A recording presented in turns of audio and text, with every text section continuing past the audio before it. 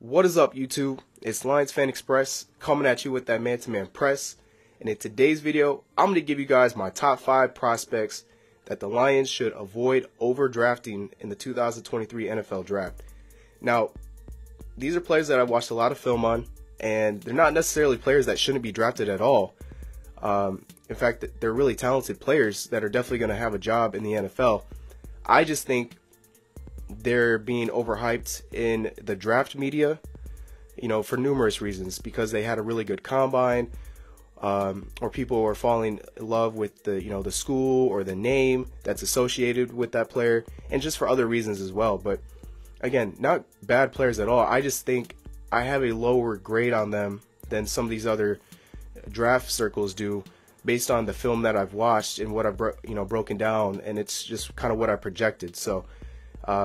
So yeah, we're just kind of take a look. Again, if the Lions draft these players, it's not the end of the world. I just think that these are players that they should avoid overdrafting. So with that being said, let's take a look. So at number 5, I have defensive tackle MAZI Smith from Michigan. Now, before you guys go and say I'm being a hating Michigan State fan, hear me out.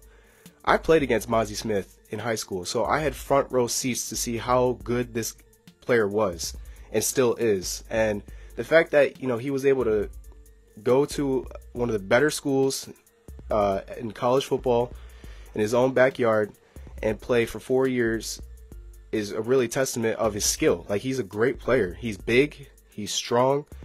At the NFL Combine, I think he had the most bench press reps, so he's definitely has that strength that you look for in a defensive tackle. He's got the size, he's got the skill. The only thing that really I think that kind of hurts him is, he's projected as a second-round pick, but he doesn't really have any pass rush upside. Right now I only view him as kind of a early down defensive tackle because he's good at stopping the run, but he only had 1 sack this season and a handful of pressures, and that's just not going to cut it at an NFL level. You got to be able to contribute a little bit more than that if you want to be on the field for not just first and second down, but those money downs, aka third downs, to get to the quarterback and get pressure. So to me, he's a 3rd round pick.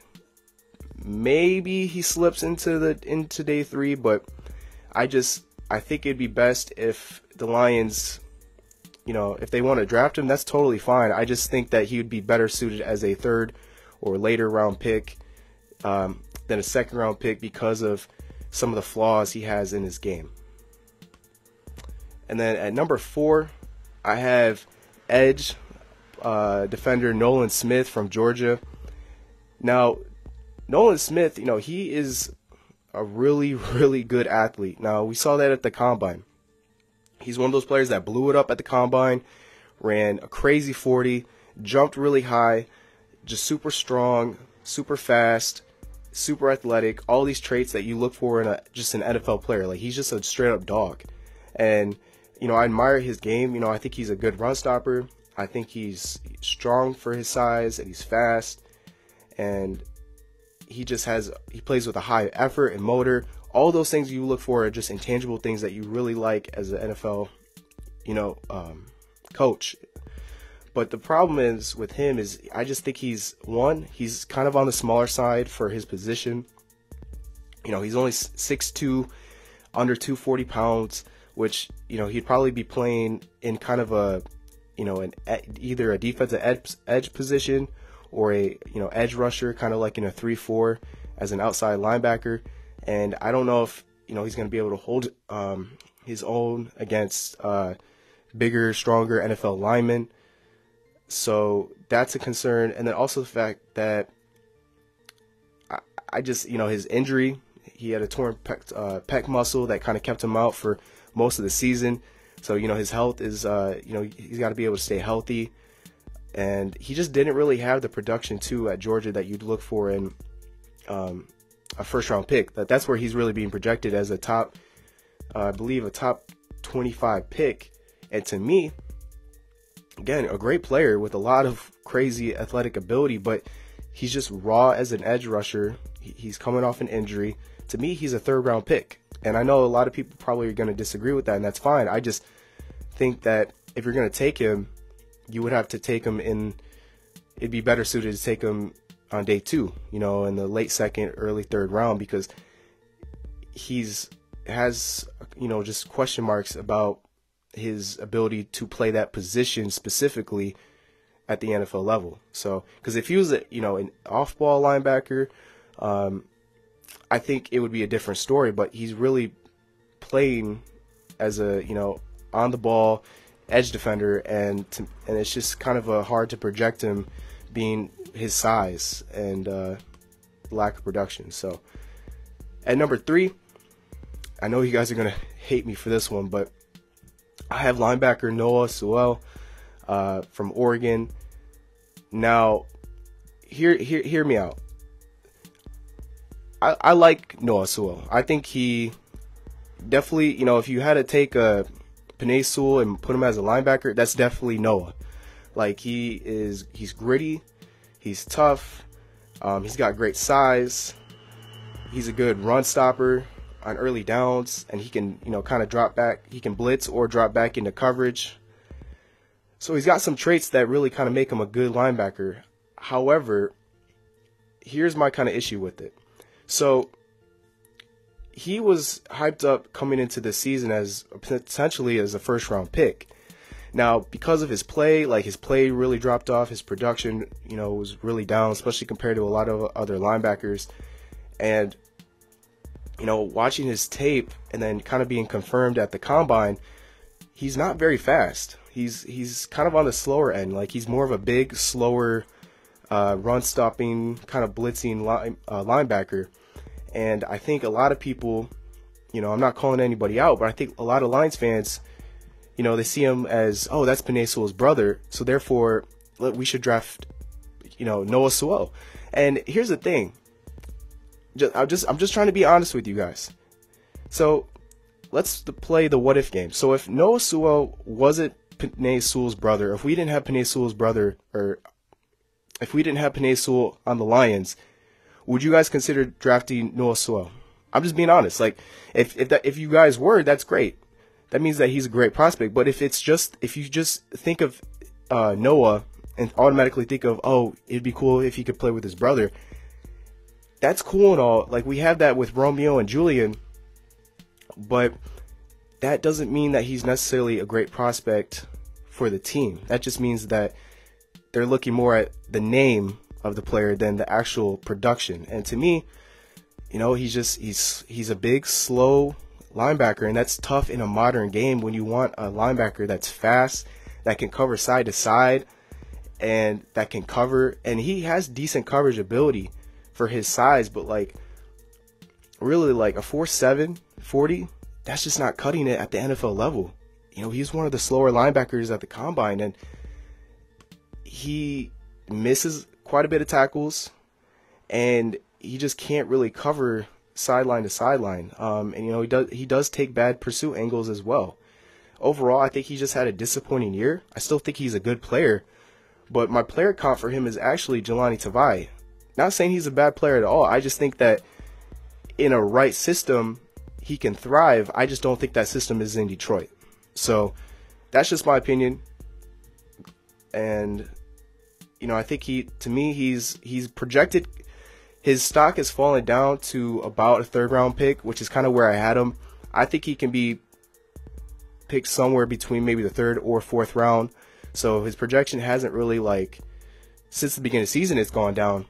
But it's been pretty consistent with what I've kind of, you know, speculated and projected him as a player. So, and then at number 2, I have Kelee Ringo, the cornerback from Georgia. You know, Kelee Ringo, you know, I'll say some good things about him. He's big. You know, he's like 6'2". He's fast. He ran like I believe a 4.36 40, which is insanely fast. He's got long arms, all the physical tools that you look for in a corner. Played at Georgia, had some success there. And when you think of like guys like Kelee Ringo, you think of like, oh, you know, he made that big pick 6 against Alabama in the national championship game. And he does have some big plays, but when you really look and take a look at his film, it's not very impressive. And you know, he's been projected, he was at one point even projected as a potential top 10 pick. Like, I remember early in the draft season, he was getting projected as a top 10 pick. So I was like, oh, you know, Kelee Ringo, I got to check this guy out because the Lions really need a cornerback.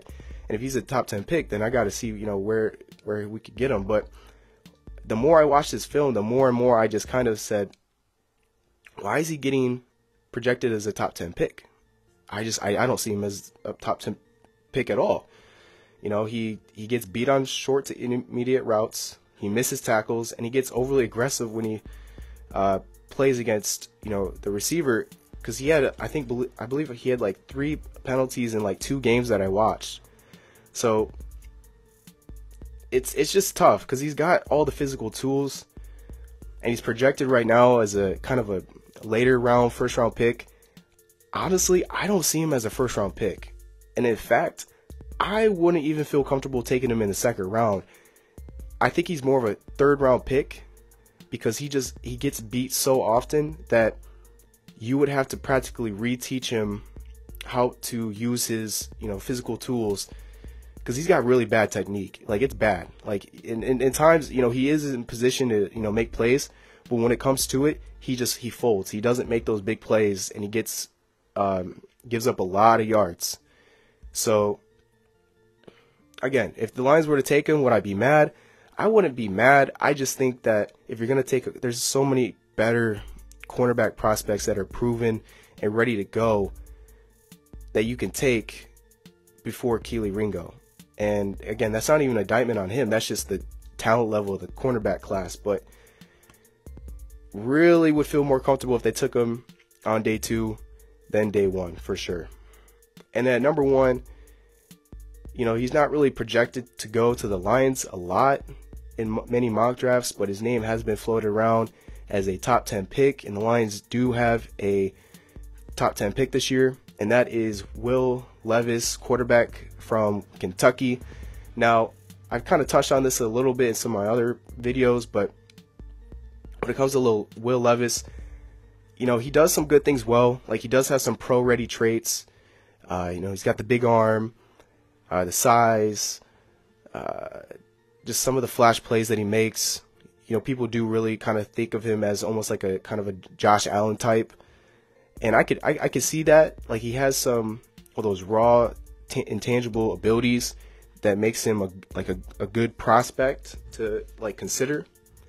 When you really break it down and you look at his tape, it's just not very impressive. And I know he went against SEC competition, and I know he didn't have the best supporting cast around him, but when you really take a look at it, you know, he had a lot of turnovers. He was turning the ball over a lot. He struggled with his accuracy, and he wasn't able to sense pressure. All these things are very vital to be a successful quarterback in the NFL. And to me, Will Levis has like all this talent, but he doesn't put it together. And I think he's getting overhyped because of the position that he plays and just the name. You know, I think coming out last year, you know, a lot of people kind of knew who Will Levis was, and you know, to me, he had a disappointing 2022 season. I don't think he really improved that much. And while, you know, teams are definitely kind of still looking at him as a, you know, good prospect, even a top 10 prospect, if not top 5, I don't see him as a first round talent. I actually see him as a second or third round evaluation for myself. And he's he's quarterback 3. You know, I only really have 2 first round grades on quarterbacks, and that's Bryce Young and CJ Stroud. So yeah, you know, I don't think the Lions will go this route. You know, in fact, I would actually feel more comfortable if they were to take a wild card on a quarterback. I would definitely go with, you know, one of the other quarterback prospects, because Will Levis to me is almost like Zach Wilson. I just don't see him being a great quarterback in the NFL. You know, I'm not saying that he can't. It's just going to be very challenging for him because he has a lot of flaws to his game and he's just getting overblown, I think, by the mainstream media, who just fall in love with these big arm, athletic quarterbacks that really didn't produce too well in college because they think that he's going to be the next Josh Allen, when in most cases, you know, Josh Allen it's very rare to find a quarterback like him or like Patrick Mahomes that have these raw talents that you can end up training to make into better players at the NFL level. So yeah, if you're going to take them, definitely would be an option in the second or third round, or I just wouldn't consider taking them at all. But yeah, these are my top 5 prospects. I just, again, not that the Lions shouldn't draft at all. I just think that they're being just overblown, overhyped, and their stock really is just kind of inflated because of the media pushing these players higher than they really should be. So yeah, I know this is might be a little controversial, but if you guys like this content, if you guys think that any of these players should be, you know, I should give them more credit, or they should be drafted higher than what I'm giving them evaluations for, please let me know down below. I'd love to have a conversation about that. And you know, there's other couple players too that I'm not super high on that I think that should probably go a little bit later than what they're being projected. But at the end of the day, I'm not picking these players. I'm not the GM. I'm just scouting and evaluating these talents. And from my perspective, I just think that these players would be best suited to go a little bit later than what they're being projected. But definitely players that shouldn't be completely avoided, because they are talented players. Just have some concerns regarding where they should go. So with that being said, if you guys like the video, make sure you like, comment, and subscribe. You know, as we head into free agency, I'm going to get into some more free agency videos and get those going as well. And yeah, we only have about, you know, one less than a week before free agency, and then a little bit over a month before the NFL draft. So, you know, it's definitely an exciting time to be a fan in the NFL, and we will continue to see what happens. But, you know, always got to close it out with the positive note. And with that being said, go Lions.